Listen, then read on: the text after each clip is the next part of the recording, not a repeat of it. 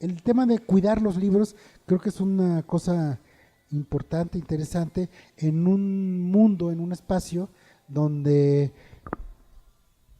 en una casa donde hay libros, pues los ladrones no entran porque ya entran a robar aparatos electrónicos, no a robar libros. Y vivimos en un país donde los ladrones todavía no roban libros.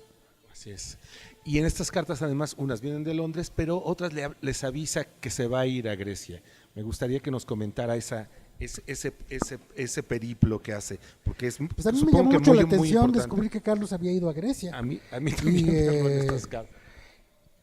y me revela, digamos, a un Monsiváis helenista, pero no solo helenista, sino también identificado con ciertos valores de la cultura clásica.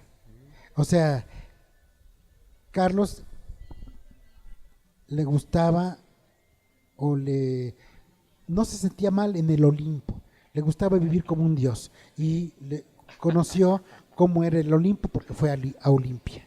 Me gustaría, voy a leer un párrafo de Rodrigo Martínez porque lo recuerda en su casa, lo recuerda como amigo de sus padres y dice así: mis padres me contaban de Monsiváis que en Londres vivía con poco dinero, supongo que tratando de estirar lo ganado en exes y lo que le mandaban en México por sus escritos. Hacía llamadas por teléfono usando monedas de 20 centavos, de las de entonces.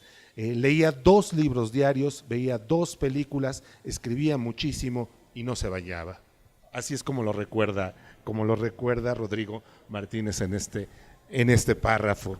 Y que además que le ayudaba hasta con su tarea, dice por ahí. Entonces era un hombre que se daba tiempo de leer, de ver 2 películas, de leerse 2 libros diarios, de ayudar a un niño con la tarea en un asunto de Bergson y bueno, pues no me sorprende que no tuviera tiempo para bañarse. Creo que lo pertinente aquí es esto de estar leyendo 2 libros diarios. Claro. Y yo me preguntaría de qué género era cada libro, los de la mañana y los de la tarde. Y si las películas eran por la tarde o por la mañana, o si los leía. Pero yo cuando leí estas cartas también me quedé pensando en otra cosa, que es que Carlos, además de eso, tenía una vida en Londres social muy intensa y estaba ahí Hugo Gutiérrez Vega y con Hugo Gutiérrez Vega, que es una persona que está muy cerca de Carlos, a quien le dedicó Carlos, digo Hugo, un poema importante. Carlos se pudo meter por muchos espacios en Londres y conocer mucho la cultura londinense, además de estar, digamos, leyendo 2 libros diarios, y yo pienso que uno era de poesía necesariamente y otro era de cosas de cultura, de teoría, porque a Carlos le atraía mucho la teoría. Él, que no era filósofo, estaba leyendo con alguna regularidad cosas que tenían que ver, por ejemplo, con los teólogos protestantes, Bultmann o cosas así. Y Carlos, ¿por qué estás leyendo esto? Es que me interesa. Ah, bueno. Y a propósito del protestantismo, dice usted en uno de los textos, y es lo de Erasmo, ¿cómo ve la cultura Monsiváis a través del laicismo, de una idea del protestantismo, de una idea de las masas? ¿Podríamos redefinir, ¿no? o que nos cuente usted cómo hace esta visión que plasma muy bien en uno de los ensayos sobre estos elementos que trabaja Carlos Monsiváis, no solo en una de sus obras, sino prácticamente en todas sus obras: laicismo, las masas, el público, esta idea de lo religioso sin que lo coopte la vida social, sino que es algo que está guardado para una vida privada. ¿Cómo ve estos elementos en Carlos Monsiváis? Bueno, es una pregunta compleja y qué bueno que atrás aquí hay el templo de San Francisco, que nos hace ver ese templo de San Francisco que está a mis espaldas, que México es un país católico, apostólico, romano, y que él fue educado en una creencia y en una iglesia disidente de ese. Y de ahí esa sale la masa, palabra esencial para la obra de Monsiváis, ¿no? la disidencia, sí. Periférica y disidente. Entonces, ese estar en la periferia y en la disidencia le da, desde muy niño, le da a la pupila, al ojo felino de Monsiváis, una capacidad de hacer una como radiografía de los cuerpos culturales y sociales que viven y conviven en lo que se llama México. Esto que se llama México, y perdón que me vaya yo un poco para allá, pues más que un país es un continente, es una suma de pequeños países que serían los estados, que tienen un común denominador que es el catolicismo, pero que atrás está del catolicismo está el pasado prehispánico, que todavía está vivo, como podemos ver por los danzantes y por el Templo Mayor, por un pasado colonial que todavía está vivo, porque ahí podemos ver la catedral, y en ese contexto, y por un pasado liberal, y entonces que ya está más cerca de esa sensibilidad protestante, porque hay que recordar que en México hay una tradición protestante muy importante que empieza con Benito Juárez, porque Benito Juárez no era católico, y que el protestantismo tiene, digamos, una historia dentro de la cultura mexicana muy arraigada en el momento del liberalismo,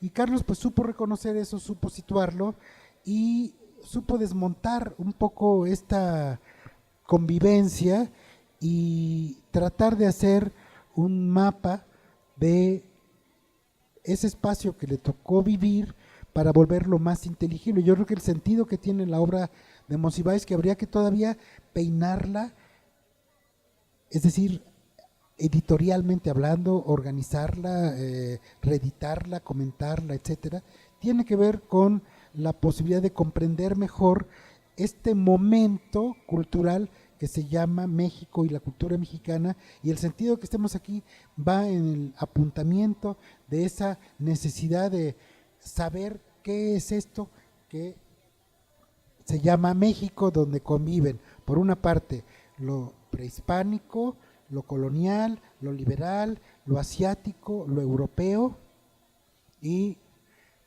como diría Vasconcelos, lo cósmico. ¿Qué haría, qué hace falta para tener esas obras completas? Me prometió que lo íbamos a hablar aquí mismo. Bueno, pues yo creo que para hacer las obras completas de Carlos Monsiváis se necesitaría un equipo de investigadores con una visión práctica, primero de armarla en términos de cuerpo, ya está más o menos ahí en la Biblioteca de la Ciudadela, pero después de ficharla y de ir viendo cuáles son, digamos, sus centros de gravedad y tomar una decisión editorial a propósito de cómo reeditar los libros y de cómo organizar, digamos, este alborotado tren de teorías, fantasías, asociaciones, crónicas, retratos, ensayos, que es la obra de Monsiváis, y creo que habría que darse prisa para hacerlo mientras tenemos, digamos, conciencia de lo importante que eso sería para transmitirlo a las próximas generaciones. Pero por lo pronto, antes de empezar con las obras completas, vamos a terminar de editar lo que él dejó, porque hay todavía un caudal de beta periodística que todavía no está suficientemente anclada en el ámbito editorial, en el ámbito libresco. Digamos, todas las colaboraciones de los domingos del periódico Lo Universal de Carlos y otras, del último Carlos, no están recogidas en libro, hasta donde yo sé. Yo tengo mis recortes por ahí y yo sé que de esos recortes hay unos que sí están en libro, que están, digamos, puestos en cintura editorial, y otros no están puestos en cintura, y lo que habría que hacer en primer lugar sería primero hacer un dibujo del corpus completo y después ya ir a hacer una edición de la obra, yo no diría completa, porque eso es también un desafío, digamos, no sé si histórico, clínico o arqueológico,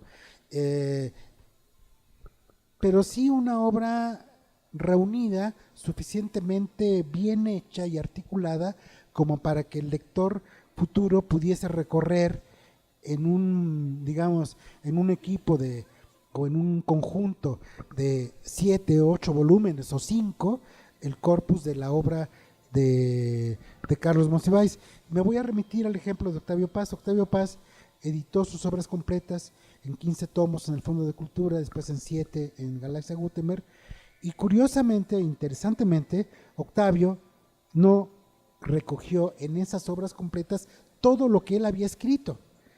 Él mismo discriminó y dejó fuera cosas, porque pensaba que no iban a ser legibles.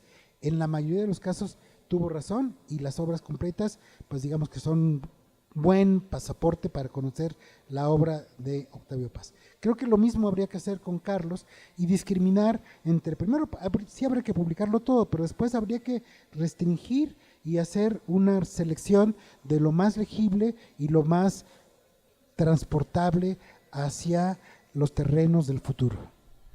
Mi última provocación antes de darle la palabra al público: si tuviera, cada vez que se acuerda de Monsiváis, ¿qué imagen, qué momento, qué palabras, qué es lo que le viene a la cabeza cuando piensa en Carlos Monsiváis? Bueno, pues varias cosas, y una de ellas es la pregunta que se hacían muchos judíos en ciertos momentos: ¿esto es bueno para mí? Pues les agradecemos muchísimo que nos hayan acompañado. Le agradezco muchísimo al maestro Castañón que haya estado con nosotros. Y el libro está a la venta si alguien lo quiere adquirir y que se lo firme el maestro Castañón.